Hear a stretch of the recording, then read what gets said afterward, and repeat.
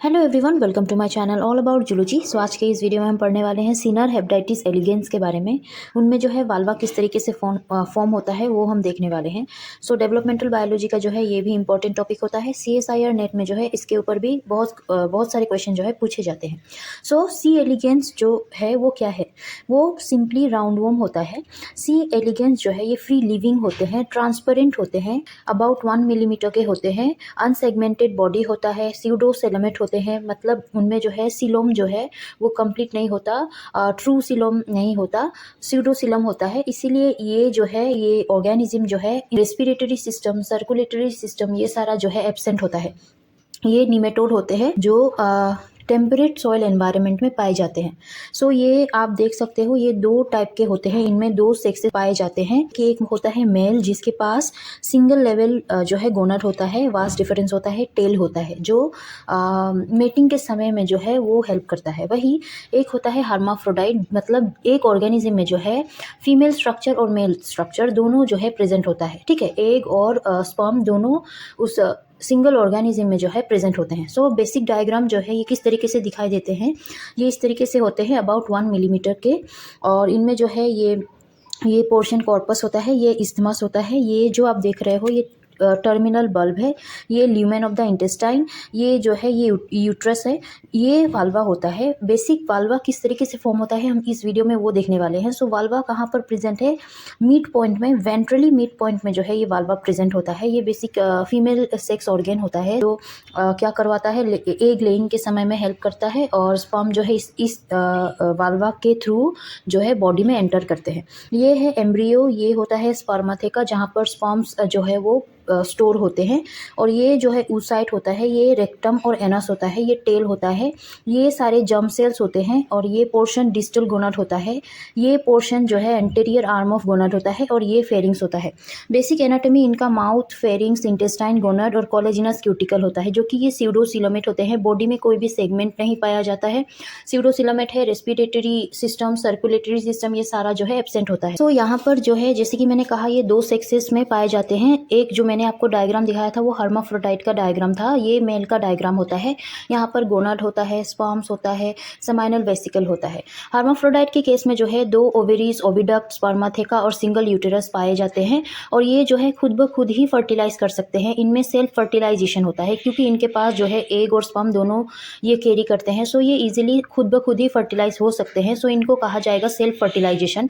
और अगर यहाँ पर मेल जो है हर्माफ्रोडाइट को फर्टिलाइज करता है, क्योंकि मेल के पास स्पर्म होता है और हर्माफ्रोडाइट के पास एग होता है, जो कि इन दोनों में अगर फर्टिलाइजेशन हो तो उस फर्टिलाइजेशन को हम कहेंगे क्रॉस फर्टिलाइजेशन।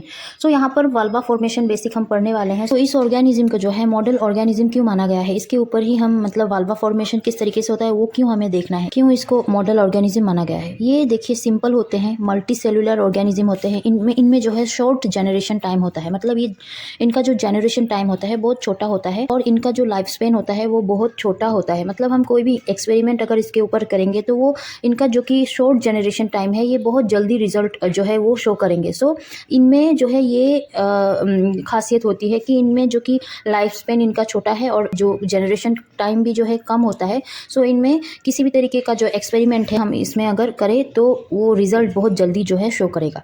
वही ये इनका बॉडी ट्रांसपेरेंट होता है, सो सेलुलर डिफरेंशिएशन को जो है हम देख पाएंगे। वैसे स्मॉल साइज के होते हैं, 1 मिलीमीटर के होते हैं, और अगर जैसे कि मैंने कहा ये लाइफ स्पेन बहुत इनका छोटा होता है। सो ये क्या होगा कि अगर इनको हम 20 डिग्री सेल्सियस में कल्चर करें तो 18 to 20 डेज ये अप्रोक्सीमेटली जो है सर्वाइव कर पाते हैं।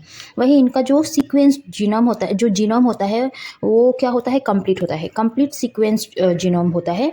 वही इनको फ्रोजन और प्रिजर्व भी कर सकते हैं, स्टॉक कर सकते हैं फ्रोजन, और इनको प्रिजर्व भी कर सकते हैं। दैट्स वाई इनको मॉडल ऑर्गेनिज्म जो है माना जाता है।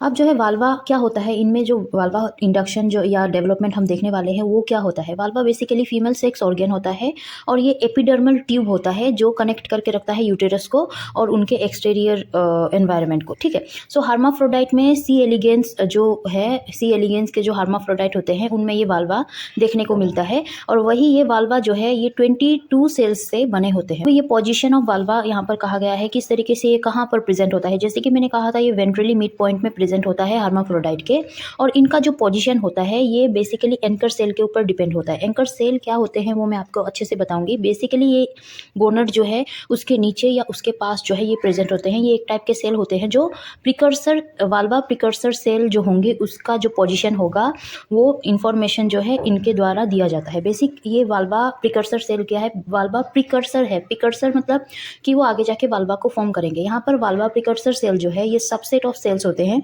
ये 6 टाइप के होते हैं, P3P, P4P, P5P, P6P, P7P, P8P। ये कंप्लीट जो है आगे जाके वाल्वा टिश्यू को फॉर्म करेंगे या वाल्वा को फॉर्म करेंगे, आप बोल सकते हैं। वही एंकर सेल जो है ये गोनट के पास प्रेजेंट होता है, जो इंड्यूस करवाता है वाल्वा के फेट के लिए, वाल्वा को बनाने के लिए, ठीक है। सो यहाँ पर इंड्यूसर सेल के जैसा जो है ये एंकर सेल बिहेव करता है, ठीक है। मॉर्फोजेन ग्रेडियंट में आप लोगों ने अगर पढ़ा है, मैंने मेरे अपने चैनल में ही अपलोड करके रखा हुआ है मॉर्फोजेन ग्रेडियंट के ऊपर एक वीडियो बना के, सो आप लोग चाहो तो देख सकते हो। तो यहाँ पर एंकर सेल जो होते हैं ये इंड्यूसर काम करते हैं, ये सिग्नल मॉलिक्यूल को रिलीज करते हैं। जो वाल्वा प्रिकर्सर सेल ये सारे जो होंगे वो उस सिग्नलिंग मॉलिक्यूल को बाइंड करके रेस्पॉन्स करेंगे। वही ये बेसिकली सिग्नलिंग मॉलिक्यूल कौन सा रिलीज करता है, लीन-3 सिग्नलिंग मॉलिक्यूल, ठीक है। ये लीन-3 जो है एपिडर्मल ग्रोथ फैक्टर फैमिली के प्रोटीन होते हैं जो एज ए लिगान यहाँ पर एक्ट करते हैं। एंकर सेल बेसिकली यहाँ पर कहा गया है कि सी एलिगन में जो है ये क्या करवाते हैं, सिग्नलिंग मॉलिक्यूल के थ्रू जो है सिग्नल को स्टार्ट करवाते हैं, जिससे क्या होता है वाल्वा प्रिकर्सर सेल उस सिग्नलिंग मॉलिक्यूल के साथ बाइंड करके अपना फेट जो है वो डिसाइड करते हैं। यहाँ पर जो है जैसे कि मैंने कहा anchor cell as a inducer यहाँ पर काम करते हैं। सो वाल्वा प्रिकर्सर सेल जो होंगे वो एज अ रेस्पॉन्डर काम करेंगे, ठीक है। रेस्पॉन्डर काम करेंगे, सो उनके पास एक रिसेप्टर प्रेजेंट होता है इस लीन-3 प्रोटीन के लिए। उस रिसेप्टर का नाम होता है लेट-23, ठीक है। लेट-23 जो है इस लीन-3 प्रोटीन के साथ बाइंड करेगा और जो है फर्दर सिग्नलिंग के थ्रू अपना फेट जो है वो डिसाइड करेगा। सो पाथवे में हम देखेंगे यहाँ पर डेवलपमेंट ऑफ वाल्वा हम देखते हैं। यहाँ पर जो डेवलपमेंट होगा वाल्वा का किस तरीके से होगा, ये जो है हर्माफ्रोडाइट सी एलिगेंस है। यहाँ पर ये गोनड है, गोनड के पास ही एंकर सेल प्रेजेंट होता है, और ये जो मैंने वाल्वा प्रिकर्सर सेल दिखाया था P3P, P4P, P5P, P6P, P7P और P8P, ये सारे इस तरीके से प्रेजेंट होते हैं। अब एंकर सेल किस तरीके से फॉर्म होता है, क्योंकि एंकर सेल ही आगे जाके ये वाल्वा प्रिकर्सर सेल को सिग्नल देगा, लीन-3 प्रोटीन को रिलीज करेगा, जिससे ये सारे सिग्नल को क्या करेंगे, ये वाल्वा प्रिकर्सर सेल जो है बाइंड करेंगे और रिस्पॉन्स करेंगे। सो किस तरीके से एंकर सेल बनता है, यहाँ पर एंकर सेल जो है 2 टाइप के होते हैं, एक होता है Z1PPP और दूसरा होता है Z4AA। ये दोनों सेल जो है ये एंकर सेल के टाइप होते हैं, ठीक है। और ये दोनों सेल के पास अपना कैपेसिटी होता है कि ये एंकर सेल बन पाए, बट यहाँ पर ऐसा नहीं होता है। यहाँ पर एक को ही इनमें से इन दोनों में से किसी एक को ही एंकर सेल बनना है, और बाकी जो बचेगा दूसरा सेल जो है आगे जाके यूटेराइन प्रिकर्सर सेल बनेगा, ठीक है। सो ये कैसे होता है, ये दोनों सेल जो है इस दोनों प्रोटीन के ऊपर डिपेंडेंट होते हैं। इन दोनों प्रोटीन का नाम होता है लीन-12 और लेक प्रोटीन, जो है इन दोनों को डिसाइड करवाते हैं कि किस तरीके से कौन एंकर सेल बनेगा और कौन प्रिकर्सर सेल बनेगा। सो यहाँ पर लीन-12 और लेक-2, ये लेक-2 जो है ये दोनों में एक्सप्रेस होता है, दोनों सेल में एक्सप्रेस होता है, Z1PPP में भी और Z4AA में भी। वही लीन-12 प्रोटीन जो है किसी एक में जो है एक्सप्रेस होता है, और जिस सेल में ये लीन-12 एक्सप्रेस होता है वो सेल आगे जाके एंकर सेल नहीं बन सकता है, प्रिकर्सर सेल बनता है, ठीक है। सो यहाँ पर लेक-12 हम जानते हैं दोनों के केस में जो है रिलीज होता है, और लीन-12 जो है ओनली वन किसी भी Z1PPP में भी एक्सप्रेस हो सकता है, नहीं तो Z4AA में भी एक्सप्रेस हो सकता है। यहाँ पर होता क्या है, एक्सीडेंटली या सरप्राइजिंगली यहाँ पर कहा गया है किसी एक सेल में, या वो कोई भी हो सकता है, Z1PPP हो सकता है, Z4AA हो सकता है, दोनों में से कोई भी सेल में जो है सरप्राइजिंगली ये जो लेक-2 है, लेक-2 लिगान एज अ लिगान यहाँ पर वर्क करेगा। सो लेक-2 है, ये क्या होगा, सरप्राइजिंगली किसी एक सेल में बहुत ज़्यादा रिलीज हो जाता है, ठीक है। ये बाय चांस होता है, किसी भी एक सेल में, कोई भी एक सेल आप मानो Z1PPP भी हो सकता है, Z4AA भी हो सकता है, दोनों केस में किसी एक में क्या होगा कि सरप्राइजिंगली ये लेक-2 बहुत ज़्यादा एक्सप्रेस होने लगेगा।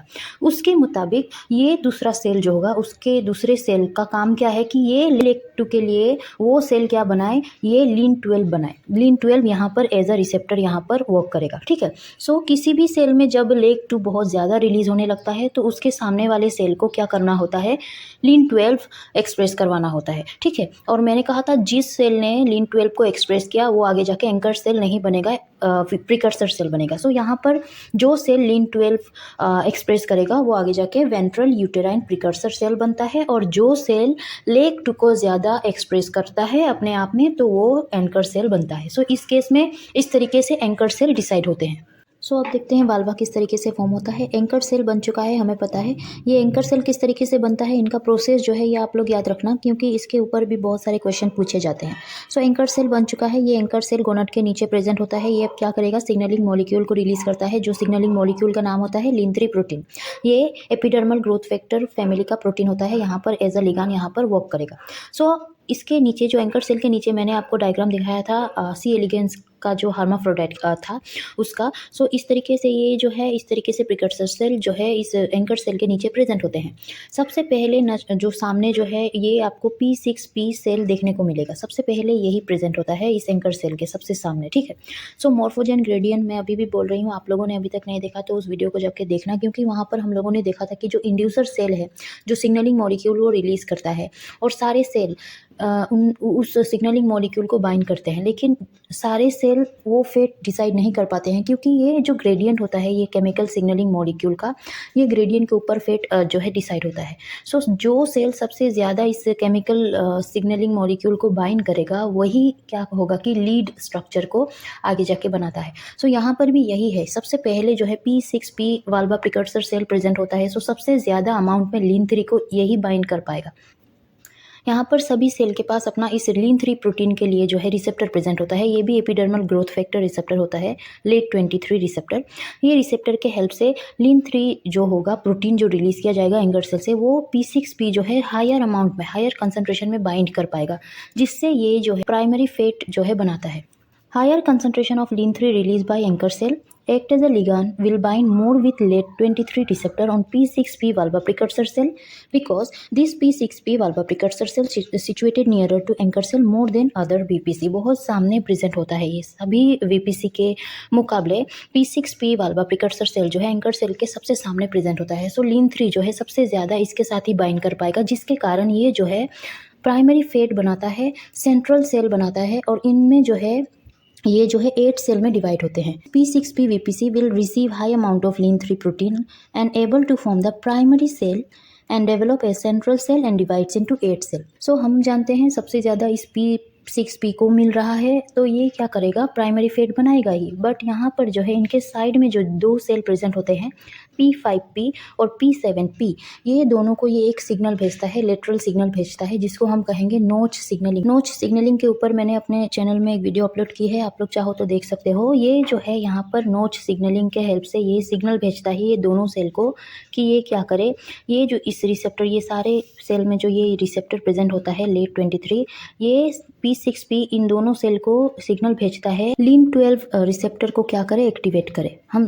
पढ़ेंगे क्या होता है ये सारा, जिससे क्या होता है, ये जो सिग्नल भेजता है लिन-12 रिसेप्टर को एक्टिवेट करने के लिए, ये इससे क्या होता है, ये दोनों सेल में ये रिसेप्टर जो है लेट-23 रिसेप्टर ये बनना कम हो जाता है या स्टॉप हो जाता है, आप बोल सकते हो। जब इनके पास रिसेप्टर ही नहीं होगा तब तो ये लिन-3 प्रोटीन बाइंड नहीं कर पाएंगे ये दोनों सेल, जिससे क्या होता है ये सेकेंडरी फेट को बनाते हैं। सो हम पाथवे देखते हैं, पहले ये देख लेते हैं। P5P and P7P receive moderate or lower of inductive signal and lateral node signal from the P6P VPC and adopt a secondary fate as develop lateral cell and divides into 7 cells। अब इनके पास moderate amount में आएगा, जो कि लिन-3 anchor cell जो है release कर रहा है, सबसे ज़्यादा P6P के पास आ रहा है। सो ये प्राइमरी फेट जो है बनाएगा। वही P5P और P7P को बहुत कम अमाउंट में जो है लिन-3 मिलता है, मॉडरेट अमाउंट में लिन-3 मिलता है, इसीलिए ये प्राइमरी फेट नहीं बनाते हैं, ये सेकेंडरी फेट बनाते हैं। और दोनों जो है कैपेबल होते हैं 7 सेल्स और 7 सेल्स बनाने। सो जैसे कि मैंने कहा P6P इसने क्या किया है, इस लिन-3 को, इनके पास लेट-23 रिसेप्टर है, इस रिसेप्टर का साइन करता है जो P6P VPC है, ये क्या करेगा, बाइंड करेगा हायर कंसंट्रेशन में, जिससे प्राइमरी फेट बनता है। वही इन दोनों के पास मॉडरेट अमाउंट में ये लिन-3 आता है, जिससे क्या होता है ये सेकेंडरी फेट बनाते हैं। बट इनमें जो है, जैसे कि मैंने कहा था, P6P जो है इन दोनों को लेटरल सिग्नल भेजता है और बोलता है कि तुम अपना जो है लिन-12 को एक्टिवेट करवाओ। ये लिन-12 क्या है मैं पाथवे में आपको समझाऊंगी। P5P VPC and P7P VPC are located adjacent to P6P VPC। इसके साइड बाय साइड ये इस तरीके से ये दोनों सेल प्रेजेंट होते हैं। Receive moderate concentration of lin-3 protein released by anchor cell will develop a secondary fate or lateral cell and divides into 7 cells each। दोनों सेल जो है 7 cells करके जो है फॉर्म करेंगे। On the other hand the central cell P6P VPC will transmit a signal to to adjacent cell S P5P and P7P for activation of Lin12 receptor, making them incapable to binding of more Lin3 protein, which release by anchor cell and stop them for making the central cell, as they will receive moderate concentration of Lin3 and form secondary fat and divides into 7 cells. These cell signal follow the notch signaling pathway. तो ये P6P जो है क्या करवाता है, इन दोनों cell को P5P और P7P को जो है नोच सिग्नलिंग के द्वारा Lin23 रिसेप्टर को एक्टिवेट करवाता है। किस तरीके से होता है, एंकर सेल जो है ये Lin3 को रिलीज कर रहा है, हम जानते हैं। ये जो आप देख रहे हो ये सेल होता है P6P VPC। ये P6P VPC के अंदर हो रहा है ये सारा जो मैकेनिज्म है। एंकर सेल के द्वारा भेजा Lin3 जो प्रोटीन है ये लेट 23 रिसेप्टर के साथ बाइंड करता है। हमें पता है सभी सेल के पास ये रिसेप्टर प्रेजेंट होता है इस Lin3 प्रोटीन के लिए। जब ये बाइंड करता है तब इसके ये एक्टिवेट होते हैं, जिससे लेट 60 जो है ये एक्टिवेट होता है। ये सारा लेट 60 DSL ये सारा क्या है मैं अच्छे से बताऊंगी। आप इतना देखो कि लेट 60 जो है after binding of Lin3 with let 23 receptor ये एक्टिवेट होता है, जिससे ये 3 काम करवाता है। पहला, ये इनहिबिट करवाता है Lin39 को। Lin30 क्या करवाता है, हाइपोडर्मिस का फेट बनवाता है, ठीक है। सो हाइपोडर्मिस ना बन जाए इसीलिए इस सेल में P6P VPC में ये Lin39 को इनहिबिट करवाया जाता है लेट 60 के द्वारा। उसके बाद ये स्टार्ट करवाता है मैप काइनेज जो पाथवे है, सिग्नलिंग पाथवे वो स्टार्ट करवाता है, जिससे क्या होता है कि सेल डिविजन जो है स्टार्ट होता है। ये थर्ड में क्या करता है, न्यूक्लियस के अंदर जाता है, DSL जीन होता है एक, उसके साथ बाइंड करता है, जिससे क्या होता है बाइंड करते ही ये DSL जो है ट्रांसक्रिप्शन के थ्रू प्रोटीन को फॉर्म करता है। DSL प्रोटीन अब क्या करेगा, नोच लिगैंड के जैसा वर्क करेगा।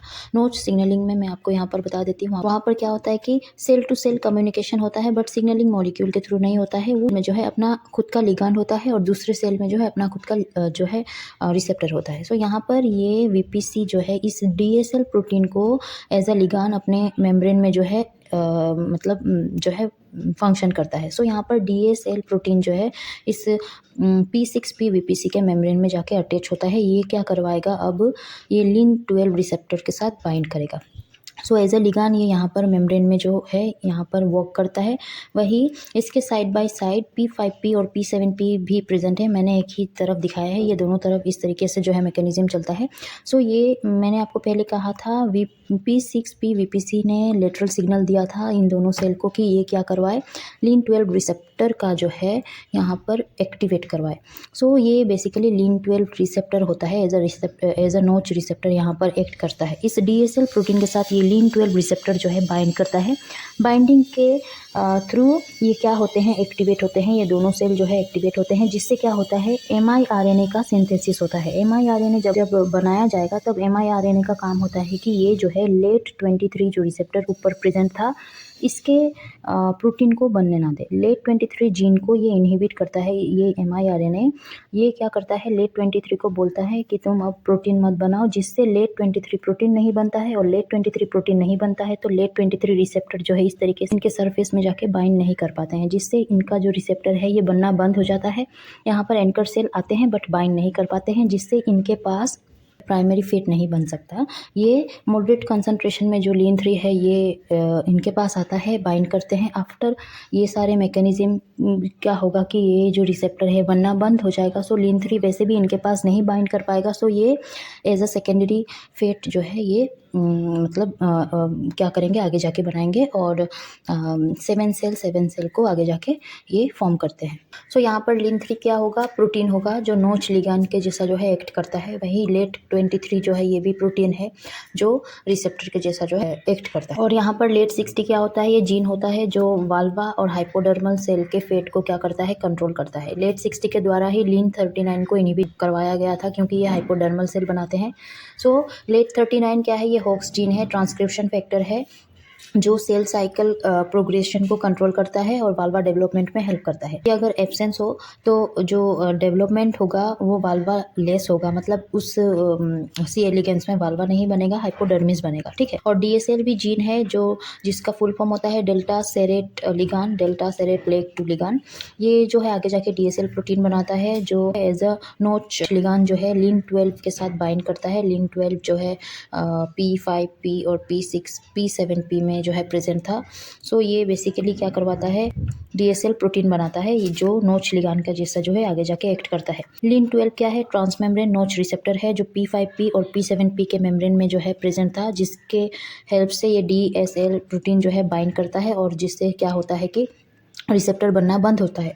और लेट 23 तो एपिडर्मल ग्रोथ फैक्टर का रिसेप्टर था। उसके बाद थर्ड स्टेप देखेंगे। फर्स्ट स्टेप में हम लोगों ने क्या देखा है, P6P के पास हायर कंसंट्रेशन में लीन 3 आता है जो इसके साथ बाइंड करता है। ये क्या करता है, प्राइमरी फेट को बनाता है। वही सेकेंड स्टेप में हम लोगों ने क्या देखा है कि P5P और P7P ये दोनों सेल जो है सेकेंडरी फेट बनाते हैं। किस तरीके से, इनके पास जो है लीन 3 मॉडरेट अमाउंट में आता है, प्लस ये P6P इन दोनों के पास लेटरल सिग्नल भेजता है। अभी हम लोगों ने जो पाथवे देखा है उसके हेल्प से क्या होगा कि ये P5P P7P जो है आगे जाके सेकेंडरी फेट बनाता है, क्योंकि प्राइमरी फेट बनने के लिए जो है बहुत ज़्यादा अमाउंट में लीन 3 जो है ये रिक्वायर होता है, जो कि P6P ने इन दोनों को मैसेज दिया है कि नहीं, तुम अपना रिसेप्टर बनाना बंद करो, क्योंकि तुम्हारे पास भी अगर बहुत ज़्यादा कंसंट्रेशन में जो है लीन 3 आने लगेगा तो तुम मेरे जैसा जो है प्राइमरी फेट बनाओगे, जो कि नहीं हो सकता। मैं ही प्राइमरी फेट बनाऊंगा, तुम दोनों सेकेंडरी फेट बनाना, ठीक है। सो यहाँ पर ये बात होती है। बेसिक जो सेकेंड स्टेप में हम लोगों ने देखा था। अभी थर्ड स्टेप में जो है हम देखेंगे कि P3P P4P P8P इन तीनों के पास ये लीन 3 आप बोल सकते हो कम आता है, नहीं तो आता ही नहीं है। बेसिकली ये बहुत दूर प्रेजेंट होते हैं। सो ये लीन 3 जो है तरीके से इनके पास बहुत कम आता है, लोअर कंसंट्रेशन में आता है, जिससे ना ही ये सेकेंडरी फेट बना सकते हैं, ना ही ये प्राइमरी फेट बना सकते हैं। हम जानते हैं प्राइमरी फेट बनने के लिए हायर कंसंट्रेशन में लीन 3 चाहिए, सेकेंडरी फेट बनने के लिए मॉडरेट कंसंट्रेशन में लीन 3 चाहिए, बट इनके पास उतना भी नहीं आता है लीन 3, जिससे ये क्या कर पाए, सेकेंडरी फेट बना पाए। सो ये लास्ट में क्या करते हैं, टर्शियरी फेट को बनाते हैं, हाइपोडर्मिस को बनाते हैं, ठीक है। सो हम लोगों ने पहले पढ़ा था वाल्वा 22 सेल से बना हुआ होता है। सो 3 सेल P6P P7P और P5P ये 3 सेल मिलके 22 सेल को बनाते हैं। जैसे कि P6P ने 8 सेल बनाया था, P5P ने 7 सेल, P7P ने 7 सेल। सो ये तीनों मिलके 22 सेल के वाल्वा को फॉर्म करते हैं और इस तरीके से C एलिगेंस में जो है वाल्वा फॉर्म होता है। आई होप आप लोगों को समझ आया होगा about vulva formation in C elegans. अगर समझ आया हो और अच्छा लगा हो तो इस वीडियो को लाइक कीजिए, मेरे चैनल को सब्सक्राइब करना प्लीज़ मत भूलिएगा। टिल दिन पढ़ते रहिए। Take care and bye bye.